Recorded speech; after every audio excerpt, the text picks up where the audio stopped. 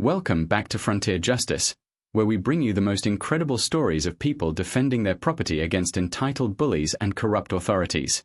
Today's story is absolutely explosive, literally, and involves an HOA enforcement team that bit off way more than they could chew. We're talking about chainsaws, military hardware, and a 78-year-old Korean War veteran who proved that some people should never be underestimated. Picture this. You're peacefully living on your family's rural property when suddenly the HOA decides your gate is non-compliant and sends an enforcement team with chainsaws to destroy it.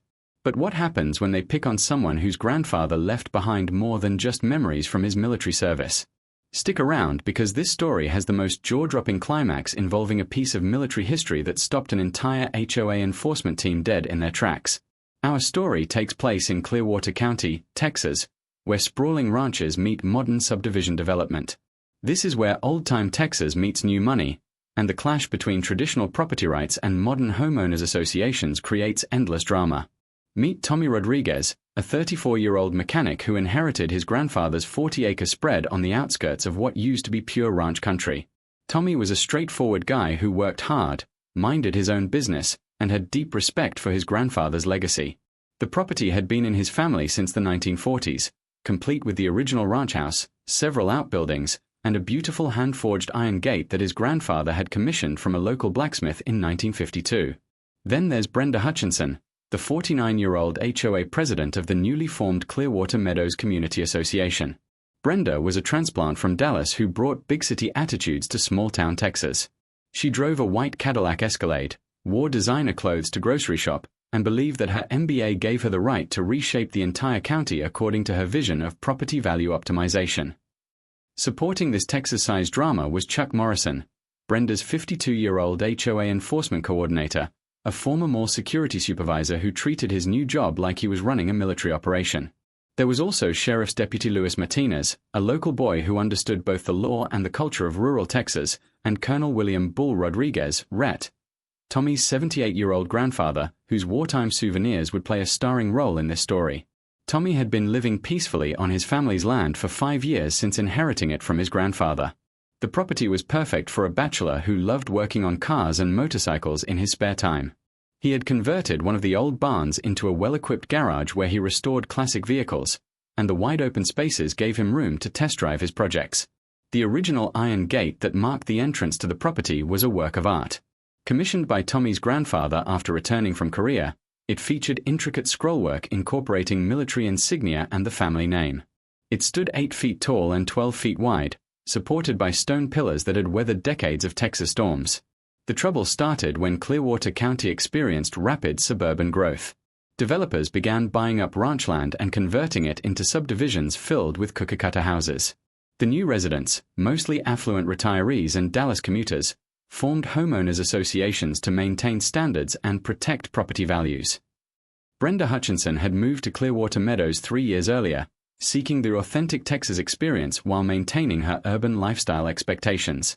She quickly became HOA president and began an aggressive campaign to extend HOA authority beyond the subdivision boundaries. Her argument was simple: properties adjacent to the subdivision affected everyone's property values, so the HOA should have some say in how those properties were maintained. It was a legally dubious position, but Brenda had money, lawyers, and the kind of aggressive personality that steamrolled over opposition. The conflict began with a certified letter delivered to Tommy's mailbox on a Monday morning in September. The letter, on official Clearwater Meadows HOA letterhead, informed Tommy that his non-conforming entrance gate violated community aesthetic standards and needed to be replaced with an appropriate residential entrance within 30 days. Tommy read the letter 3 times, each time getting angrier. He called the HOA office and asked to speak with whoever sent the letter. "This is Brenda Hutchinson, HOA president. How can I help you?" "Ms. Hutchinson, I got your letter about my gate, and I think there's been some mistake. I don't live in your subdivision." Brenda's voice took on a patronizing tone. "Mr. Rodriguez, while your property isn't technically within our subdivision boundaries, it's visible from our community and affects our property values. The current gate is oversized, inappropriate for a residential area, and frankly, it looks like something from a junkyard." Tommy felt his temper rising. That gate has been there for 70 years. It was built by my grandfather after he came back from Korea. It's not going anywhere." Mr. Rodriguez, we're prepared to work with you on this. We can provide a list of approved contractors who can install a tasteful residential gate at a reasonable cost. I'm not interested in your contractors or your approved gates. My property, my gate. Brenda's tone hardened. Mr. Rodriguez, I don't think you understand the situation. This community has standards, and we have legal authority to enforce those standards for the protection of everyone's property values. What legal authority? You're not my HOA. We'll see about that, Mr. Rodriguez. You have 30 days. After hanging up, Tommy called his friend Jake, who worked as a paralegal for a local attorney. Jake laughed when Tommy explained the situation. Tommy, they have absolutely no legal authority over your property. You're not a member of their HOA, you're outside their jurisdiction, and they can't force you to change anything on your own land. So I can just ignore them? Legally, yes. But these HOA people can be persistent. Document everything and don't let them intimidate you. Tommy thought that would be the end of it, but Brenda Hutchinson wasn't someone who accepted no for an answer. Over the next 2 weeks, Tommy received increasingly threatening letters claiming that his gate violated county ordinances, state regulations, and even federal standards for rural properties. Tommy took Jake's advice and documented everything, but he also did something else. He called his grandfather. Colonel William Bull Rodriguez had been living in a veterans retirement community in San Antonio since his wife died 2 years earlier, but he still drove up to visit the old property every few months.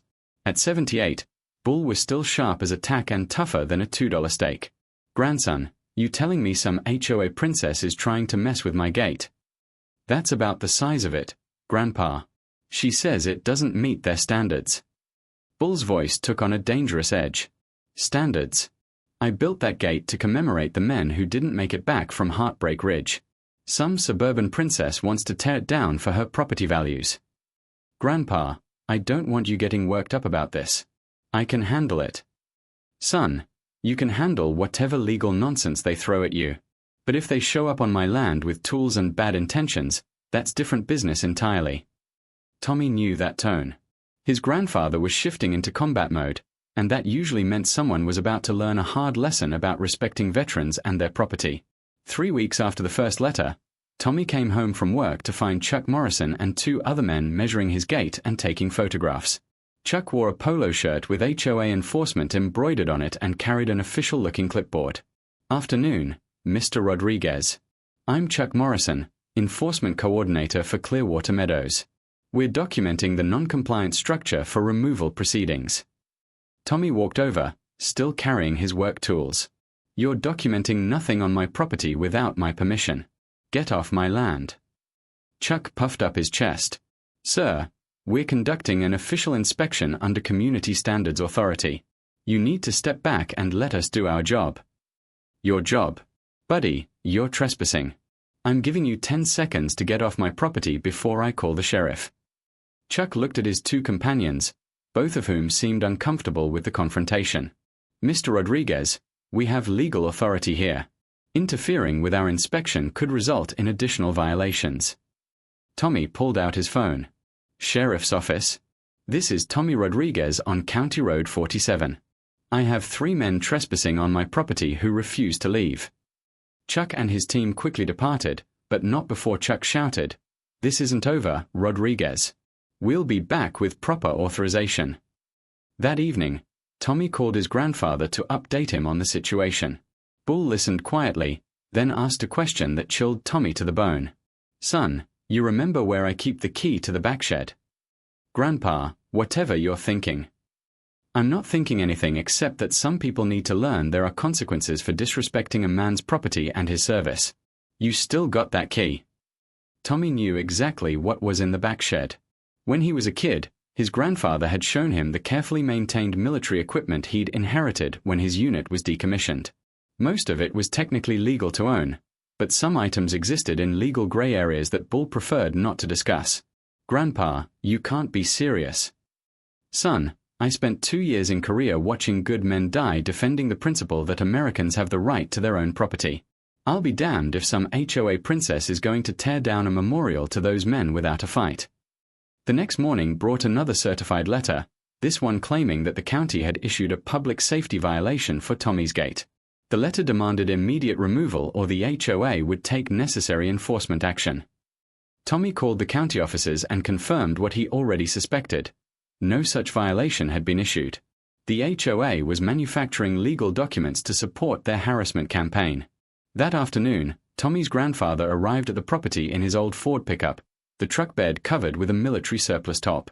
Bull looked older than his 78 years, but his eyes still held the steel that had carried him through the Korean War. "Grandpa, what did you bring?" "Insurance, son. The kind that makes bullies reconsider their life choices." They spent the evening preparing for what Bull called defensive positions. Tommy tried to talk his grandfather out of whatever he was planning, but Bull was determined to protect the gate that honored his fallen comrades. "Son, you handle this legal and proper. But if they come onto my land with chainsaws and destruction in mind, they're going to meet some old-fashioned Texas hospitality." The confrontation came 3 days later. Tommy was at work when he got a frantic call from his neighbor, Mrs. Patterson, who lived about half a mile down the road.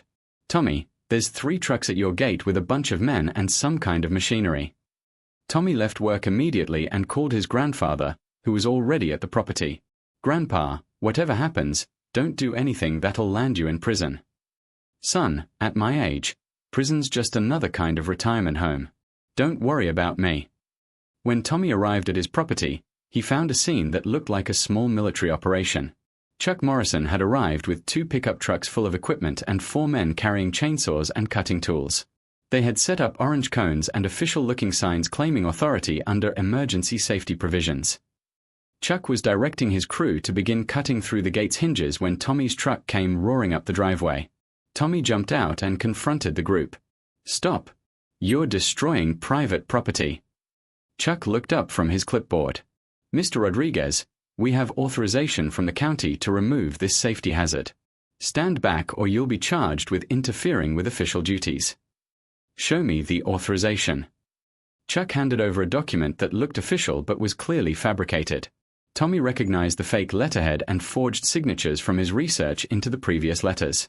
"This is fake, Chuck. You're committing vandalism, and I'm calling the real police." "Go ahead and call. By the time they get here, this eyesore will be gone and the community will be safer." That's when Chuck made his fatal mistake. He gave the signal for his crew to start the chainsaws. The sound of the first chainsaw firing up echoed across the property, followed immediately by a sound that Chuck Morrison would remember for the rest of his life: the distinctive mechanical cycling of an M60 machine gun being loaded and armed. From behind the stone pillars supporting the gate, Colonel William Bull Rodriguez emerged carrying a piece of military history that made every man in Chuck's crew freeze in terror. The M60 was a relic from Bull's service days, legally owned but rarely displayed, and in the hands of someone who knew exactly how to use it. "Gentlemen," Bull's voice carried the authority of a man who had faced down Chinese infantry. "You're trespassing on private property and destroying a war memorial. I suggest you reconsider your career choices." Chuck's voice cracked as he tried to maintain his authority. "Sir, put down the weapon. We have legal authorization." "Son, I've read your fake documents. They're not worth the paper they're printed on. Now, I'm going to count to 10, and if there are still chainsaws running on my property, I'm going to assume you're here for hostile purposes." The chainsaws shut off immediately. "Good. Now, you boys are going to pack up your equipment, get in your trucks, and drive away. If I see you on my property again without a real court order signed by a real judge, we're going to have a different kind of conversation." Chuck looked around at his crew, all of whom were staring at the business end of military hardware operated by someone who clearly knew what he was doing. "We'll be back with sheriff's deputies." "Outstanding. I look forward to explaining to them why you were trespassing and destroying a Korean War memorial with fake legal documents." The HOA enforcement team packed up and left in record time, leaving tire marks on the county road in their haste to escape. Within an hour, Sheriff's Deputy Luis Martinez arrived at the property. Luis had grown up in Clearwater County and knew both Tommy and his grandfather by reputation. "Bull," Tommy called and said there was some kind of incident here. Bull had already secured the M60 back in its storage case. "Luis, some HOA folks came onto my property with chainsaws and fake legal documents, trying to tear down my gate." Luis examined the forged authorization documents that Chuck had left behind. "Bull, these are completely fake. County seals wrong, signatures forged, and we don't have authority to order gate removal anyway. I figured as much. So what happens now? Well, they were trespassing, they attempted destruction of property, and they were using forged documents. That's enough for criminal charges against the whole bunch of them.